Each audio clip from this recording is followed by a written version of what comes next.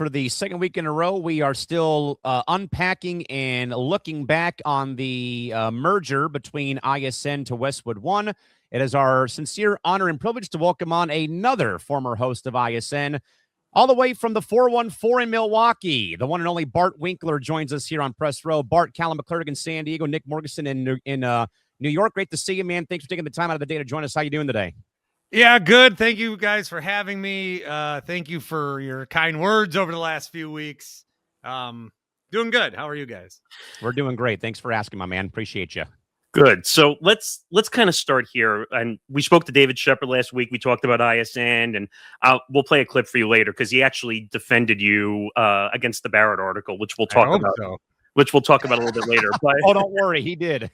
I guess take us back to when you heard the news about ISN and the unfortunate news of it closing. What was kind of the feeling when you heard that news when it happened? I think just this whole process was different. Not saying that any process is wrong or right, and I don't know what you're supposed to do. Radio a lot of times feels like a normal job, and a lot of times it doesn't. And I've been part of a layoff before where the whole station went away, and that was, hey, by the way, the station's done right now. So no chance to say goodbye, questions from listeners, having to, field that, and that's no fun. And so at least we had a couple of months to kind of close out how we wanted, to kind of start to look for other opportunities. I think a lot of us, at least I did, thought that there could still be a new opportunity. That part was unclear with the new Westwood One network, which for a lot of us it wasn't. But a lot of times I kept thinking of and I started watching Stephen Colbert differently. Like, this is a guy that knows he's done in June or July, and he's still going out there and he's still putting on shows. And, I thought after the first couple of shows, they'd be a little more edgy and different. Maybe he starts to crumble towards the end like I did. But it's just a really weird thing to know that, to first of all, know that you're going away, but not knowing what's going to replace you, not knowing if you have a shot at that, and then not knowing what's next. So if you're like a radio programmer that is going to move on from your entire staff, I don't know what way I would recommend you do it based on both ways that it's happened to me. I guess I would recommend don't ever move on from your entire staff, probably. I mean, very fair, Bart. Again, folks, Bart Winkler, formerly of ISN, joins us here this morning / afternoon in Milwaukee and in New York here on Press Row. Bart, we talked to Shep though last Wednesday, and we obviously are entering a new space now in sports talk radio, sports content in general, where now the marketplace is getting away from, Packers lose to the Bears after blowing it, for example, to now, well, the Bears, hit on this parlay, they hit on that parlay, this, that, so on and so forth. And, the oversaturation of the sports content market is now being run basically about, it's got to be all about gambling 24/7, 365. And just for a disclaimer again, our network used to work with a prediction market called Novig within the last several months though, but we had to sever ties because I live in California. You say the word gambling out here, it's almost like a death sentence out here in Southern California, across the state. They also left New York though at 3:00 in the morning, and we were told by a former host of our platform about them leaving New York, and we got a very much, unprofessional yawn emoji when we said our 3-part, statement, hey, thanks for the help though, and we got, kind of kicked in the nuts by the whole thing. But I guess though, Bart, long story short though, with Westwood One though leaning so heavily now into the gambling and betting content, do you believe though that the industry is over-indexing the gambling market at the expense though of how how the three of us operate though? Talk about the game. Don't worry about the over-under not hitting on a particular sporting event. Well, I think, the fact that they announced Rome and then the 2 shows around it, I think that was the perception right away. Now, I do think, and I want to say this about the Westwood guys, I think a lot of them are doing a pretty good job. Great job. I think I don't think that I don't think that like they were offered a job and they took it. And I have listened to Drake and I've listened to Josh and I love Linnell and I've been tight with Nick for a while, Costas. So I like a lot of these guys, and I'll tell you what what Nick's done is on the You Better You Bet show. They talk a lot of obviously about lines and stuff, and he also talks about sports. So he's going to give you that. Pat Boyle's another guy I like a lot. They'll do that. But I do think the way that it's presented right away, with not having any of their other shows presented, is that okay? What is going on here? I can tell you my answer to your question is yes. I think that we are too heavily focused on the gambling. I think that it has affected how sports are viewed, and it's affected how sports are broadcast. I don't like when Al Michaels is calling a game and says, well, this might matter to some. Yes. Just say like the over's 40. Like you can say that. Okay. Yeah. The over's 42. People are going to that's fine. But I don't need, like, I watch the UFL or XFL, whatever. And they'll keep going to, the lady in the studio, and she'll be like, all right, here's where we're at now. It's 3.5 spread. And then the announcers will talk about it and bring it up. And it's like, that's too much. I don't want like DeAndre Hopkins caught his third catch. He hit the over. I don't want that from the broadcast.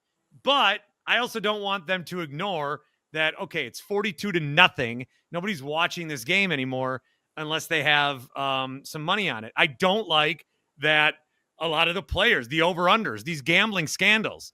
Emmanuel Clase is throwing balls because he knows he's good enough to still strike the guy out because it's the over-unders and that you can bet on everything. The prediction markets are out of control. Agreed. Every other person I see with a Twitter account has one of those logos by their name. Yeah. Yes.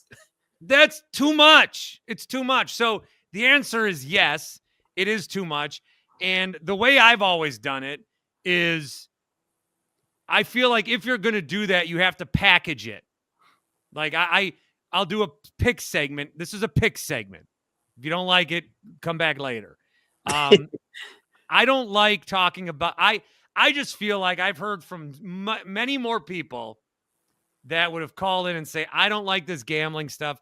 I don't care about the over-unders, that I've heard from people that say, I want more of that. So I can only talk about how I do my own show. But I do think, the industry, when you have these breaking news stories and then ESPN Bet comes at the bottom of a gambling scandal and they quietly take it away. And then ESPN Bet that was in your face for 7 months is quietly gone for DraftKings. It's just, it is too much. And I think that while sports gambling can enhance your enjoyment of a sporting game, it shouldn't be the only reason why you like sports. So the industry has to find out how to balance that. It has not. And I think it's going to bankrupt a lot of people before it does. No, I totally agree. Gambling has gone absolutely crazy. Not that I don't do it. Agreed. We all do it. I lost money on the Bucks last night. No, I get Unless that. you live in California and you can't. Yeah. But I want to ask about that 10-minute segment, that last one that I saw your video and put up on social media.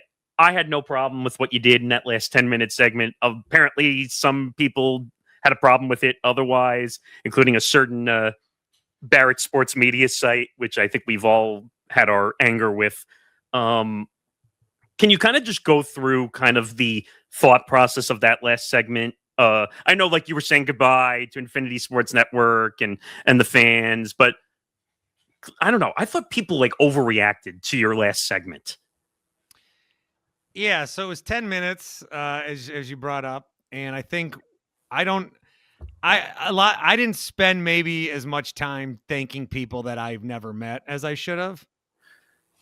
And I think one of the criticisms was that, okay, that's one thing. But I think the main criticism from that article, which I didn't understand, and I don't mind, like, yes, I'm in the public space. I criticize on my show. If you want to criticize me, that's fine. I think the criticism that the article had was this might hurt himself for future employers. And that was the last kind of people that I was thinking about at that point. And I still don't understand. So here's how I could have done it. Okay. I don't really put any of that show for 2 years. We were not streaming audio or video. Right. We were a true radio show. Mm-hmm. There was like no advertising. We came on a bunch of stations, 150 some after games, whatever, after your favorite show. And I like that the way to listen to me on the radio was to be listening to the radio. And that's how you found the show. I felt like we were a true late night call-in radio show, the kind that, I had grown up with. So I liked that part of it. Not that I don't like and understand the social media component. I have a podcast that I've done a lot of that on. But with that show, I thought, I don't know, just the nature of it. I thought I'm going to put this on video. I'm going to put this 10 minutes on video, see what happens with it, and just let people, kind of see as I'm talking. And I wanted to make sure that I thanked everybody that had helped me get to that point, which I did. I wanted to make sure to thank the fans, which I did. I wanted to thank the listeners, which I did. And I think like one of the things with that is now this was almost a month ago. And I think a lot of the listeners, I think a lot of people that said they're never going to listen again, I think they're still listening, and they might start calling in again. And that's fine. I just thought when this decision was being made, you are being taken for granted that your ears will still be there. And it doesn't matter if it's the guy or a new guy, we still think you're going to be here. And if people are going to prove them right, then they made a great business decision. But I just felt like nobody is thinking of what you guys like and what you guys have responded to for a while. The other thing I thought from my perspective was it had been 2 months since I found out. It certainly had been a month and a half since people knew in the industry what was happening. It was at least 3-4 weeks since it felt like everybody started to know. And it's not like my inbox was filling up with, hey, we might like you later on. Once your thing ends up, give us a call. And so I guess what I did was go into business for myself by just saying, like, this is who I am. And I'm going to continue to broadcast from my basement for as long as I can make that work. But this is who I am. If somebody's interested, you're interested. If you're not, you're not. But the last thing I was going to do was try to suck up for a job that I didn't think was coming anyway. There's so few jobs. And I'm in a market in Milwaukee where while this was happening to me, another station just completely shut down during. So there go 20 jobs that are possibly available. So I had to look at that like this may be the last time I ever have a regular radio show again. And if that's the case, do I want to look back and say, I wish I would have said that? Or would I rather look back and say, people don't like that I said that, but I'm sure glad I did. And that's the route that I win with. Now, is there a programmer that was ready to call me and then they're like hesitant and then they read an article and they're like, yeah, forget it. We don't want Bart Winkler. I do not believe so. If somebody wants to prove me wrong, operators are standing by. But I don't believe I did myself any harm because I don't think there was any harm to be done is basically how I felt about that. I thought it was funny also in some of the articles that I was reading about ISN that they didn't even get your time slot correct where you were on the radio at times, where your slot, like they were saying you were a weekend host in some articles. So it would be nice if they got the accuracy of the story correct a little bit.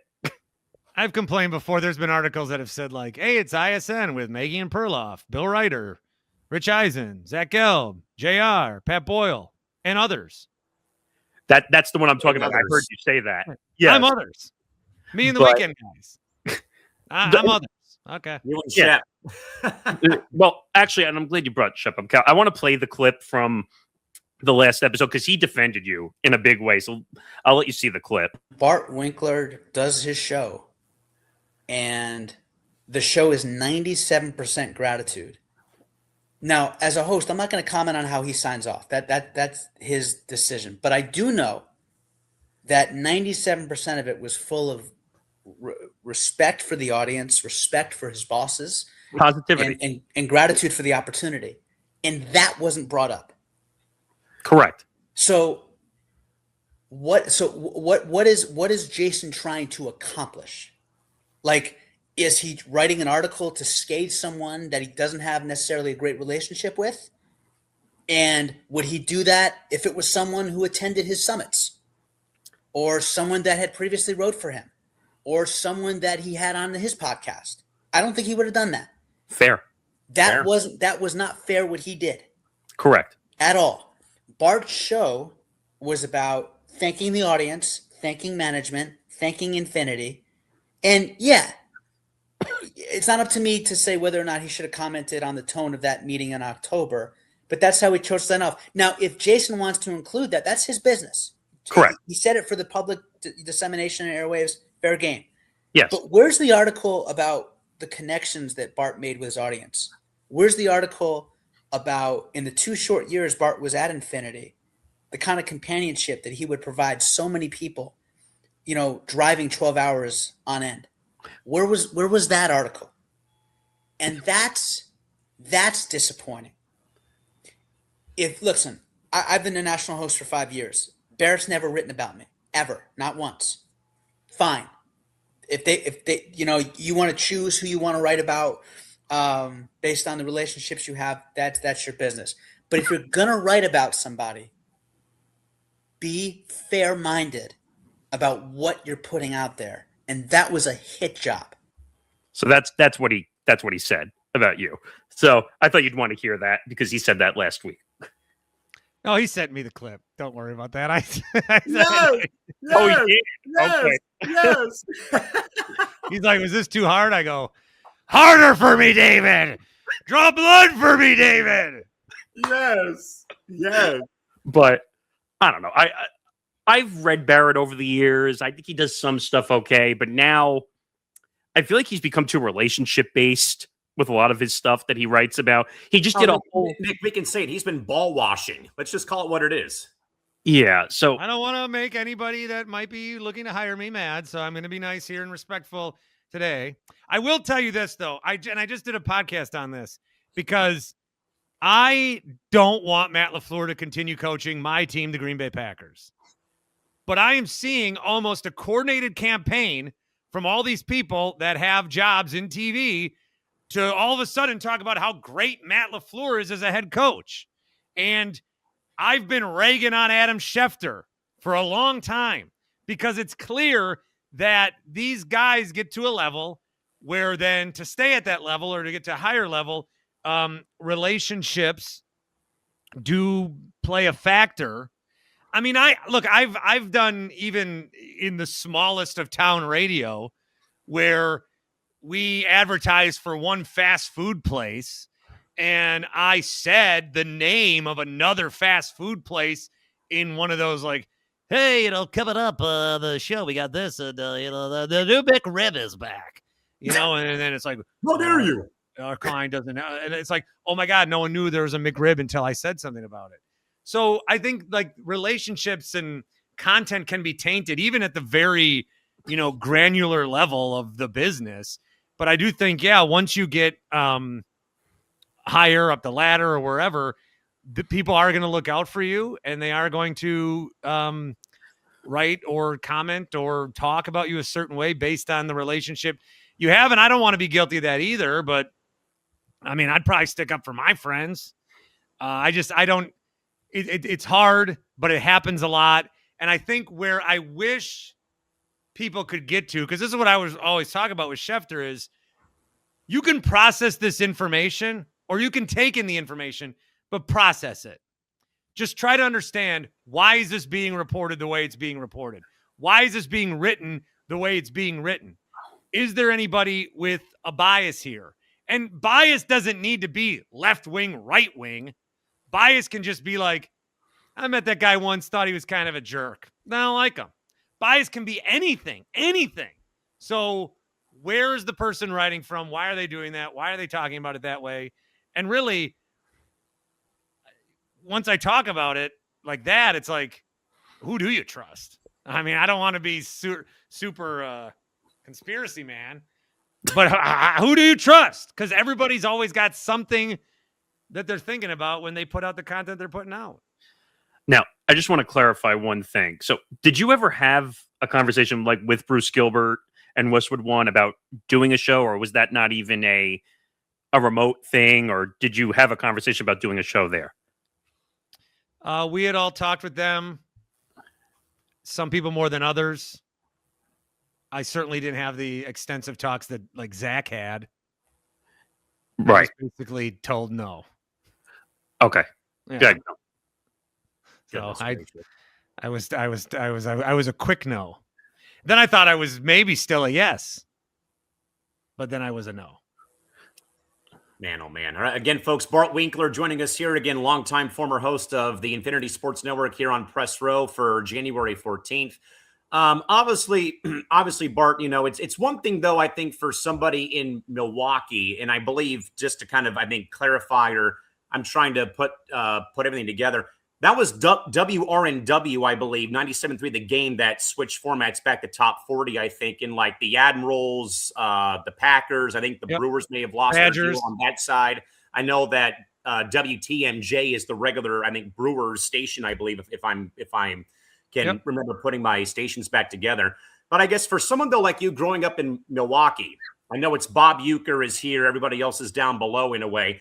But maybe how did you carve out your path, though, or what made you want to get into this industry, though, when you were growing up, though, watching, you know, probably the Packers win all the time in a way, the Brewers and their runs, the Bucks obviously winning in 21. But where kind of though did you get your start, though, or what made you pursue sports announcing, broadcasting, you know, living in a market like Milwaukee, Wisconsin? I wanted to be on SportsCenter. I wanted to be that guy. So I got my start in television. That's what I went to school for. I kind of dismissed the radio aspect of it, even though in my bedroom growing up, I did radio shows on, probably burned through 100 cassettes. Yes. Which then, like when you're 11 and 12, you're doing these shows, and then you're 15 and you're like, that's embarrassing. So you tape over them. And I wish I had them still, but I don't.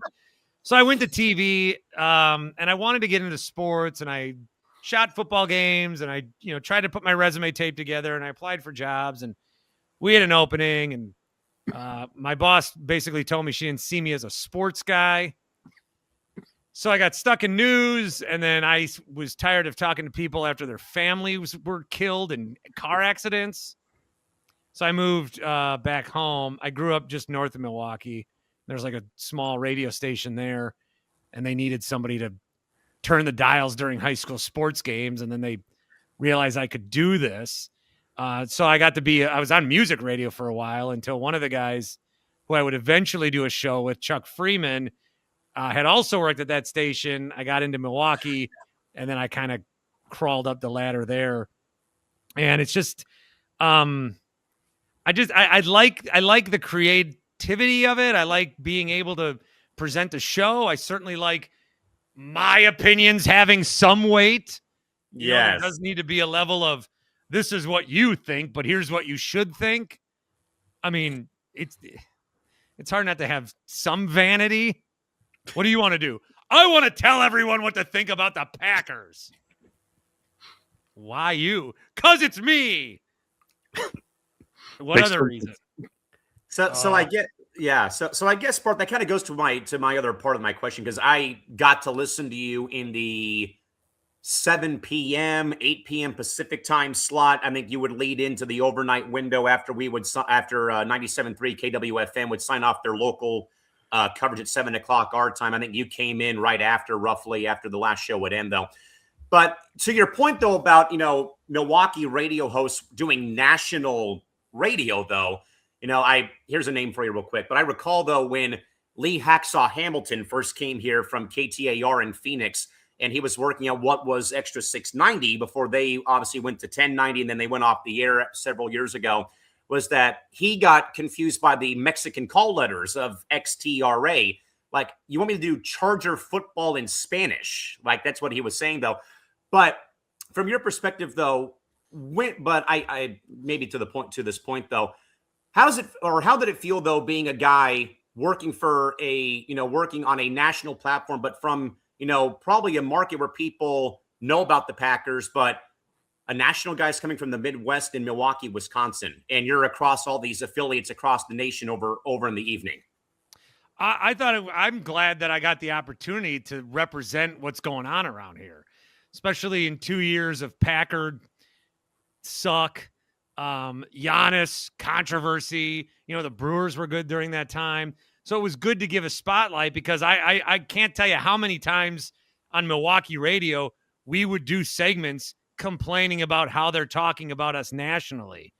And so I did appreciate that I could say that about my teams, but I also hoped to be some sort of like conduit for other smaller cities that are still big American cities, sure, that weren't getting their rub and weren't getting their say nationally. So I appreciated that a lot. I think that would be a strength. I think that a lot of people still, like, you complain that you don't want Lakers, Cowboys, Yankees, whatever. There were some affiliates, I guess, that complained right away just because the show open said live from Milwaukee. Oh, he's talking too much Milwaukee. And I probably did talk too much Milwaukee, but that's just based on what you're used to. And also, like, I was just thinking about this today. If I'm doing a show tonight, what are some of the big stories going on right now? Doc Rivers, Giannis booed his own fans. Matt LaFleur still not fired. I'm not just going to ignore these stories because they're not happening. So I think it was great. I think doing national, I look, because like I love my teams, but I also love the NBA just because it's the NBA. So it's not like, oh, I don't know what's going. I can do, to be national, I think you have to know a little about a lot. And to do local, you have to know a lot about a little. So if I were to ever get another job in radio full time again, I think it would need to be in Milwaukee or Wisconsin or national, because I can't just pack up and move to Cleveland. And like, I know enough to talk about it nationally, but I don't know the, ingrained things about what it's like to be raised as a Cleveland sports fan, or Dallas or San Diego or Atlanta. I think there needs to be local guys doing local radio. The worst segment that exists in all of radio and TV, because a lot of TV anchors will bounce around and then they'll leave and then they'll be like, to the upper middle Midwest Missouri Valley, you guys were the best part of my 2.5 years here. I hate their goodbyes, but their intros are always like, all right, we got our new reporter, Jessica. Jessica, what we're going to do here is 10 cities, 10 local cities, and can you pronounce Wyawega? It's like, and she goes, Wauga way? And it was like, I hate that. I hate that. I hate that. I hate that. I could never do that. Gee, Nick, Bart sounds like somebody on this show here when it comes to loving their hometown when it comes to sports. I wonder who that could be. No, I get that. I just want to take a step back because you brought up his gig. So I listen to you all the time on the overnights because, like you said, you're the traditional radio show. I didn't like all the pop-up circumstance sometimes of the other part of the national lineup. I loved it. Don't get me wrong. I listened to CBS Sports Radio and then Infinity because I thought it was the most complete lineup out of a lot of the other national lineups. But can you kind of talk about how you got to the national gig? Because I don't know if I've ever heard you tell that story before, because I've heard you fill in a few times and then it led up into that gig. Yeah, I was doing shows in Milwaukee, and then we were talking to Gelb a lot for some reason, Zach Gelb, and he's like, hey, I'm taking a day off. I'll see if they'll let you fill in. Eventually that happened. So I had like 3 fill-in shows, and then the layoff in Milwaukee happened. So I kind of had like a lifeline of sorts, but then I couldn't fill in for 3 weeks because I had to collect severance. from the Oh, company boy. that fired me that was going to rehire me. But I took a risk, took my severance. Then they gave me some weekend shifts. And then I was doing like every Saturday and then a Sunday shift. And I would just, say yes to whatever happened. And that was probably a year and a half. And then when Spike was there, he said, "You're the best host we have that doesn't have a show. We need a show. You're getting the show." So those were guys I thank because they were helping me get where I got. And then we did 2 years, and now, whatever's going to be will be. But it was kind of like that, and just continuing to do it, not ever thinking not ever knowing. I just went and did the show. And if they like me at some point, they'll like me. And if they don't, they don't. And I guess that's what I'm thinking now. I don't know. I'm not applying for jobs. I don't. Not everybody in this business knows who I am, but if somebody does and they have a job, I think they would know to come to me or they'll see my stuff. I don't know, but I like what I'm doing. I'm back doing local stuff. It's the podcast that I started when I first got laid off that I still continued doing while I had the national show so I could have a local outlet, but also being a radio veteran. I knew that job would not last forever. I thought it would last more than 2 years, but I knew at some point I would need another lifeline. This right now is that lifeline. So I guess just to follow up on national shows, were you ever on, did they say to you, "Hey, you have to play to any of these markets," or did you have to do any of that? Or was that more of your kind of feeling out what the news was? Because I know some national networks will say, "Hey, you got to hit New York, LA, Chicago." Did you ever have to do that? Or you could pretty much have a kind of a look on what's trending in the news? Yeah. I didn't really have any directive like that ever. I think I, over time, knew in that first hour, I know we're on in Baltimore and I know we're on in DC. And then the second hour, I know Chicago takes us. And the third hour, I know Cleveland picks us up.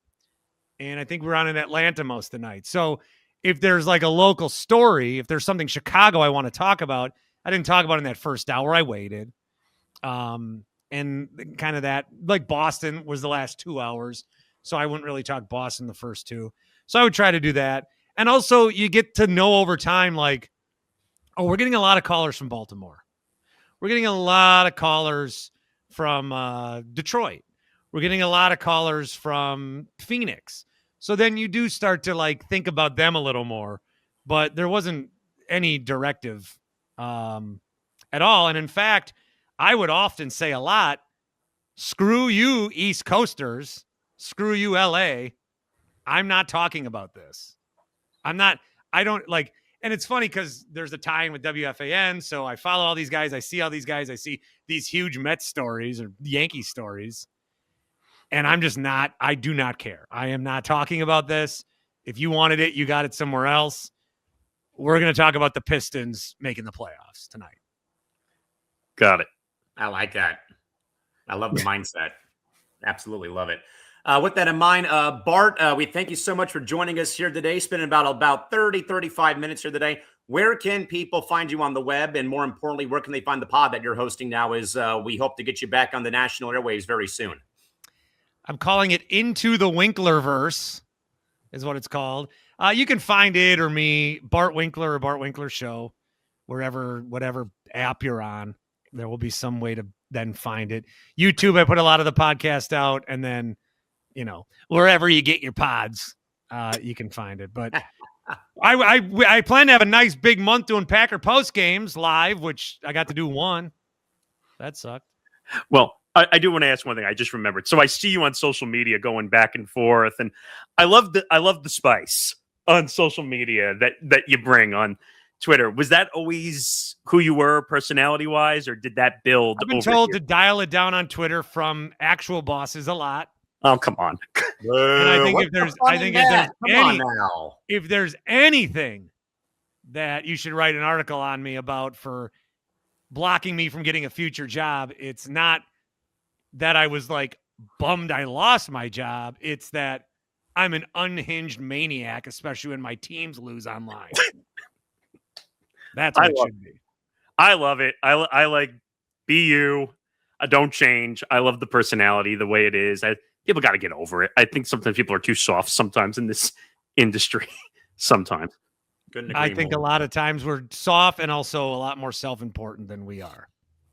But Bart, thanks for joining us and giving us some insight on kind of what happened with ISN in the show. And hopefully we can talk down the line sometime.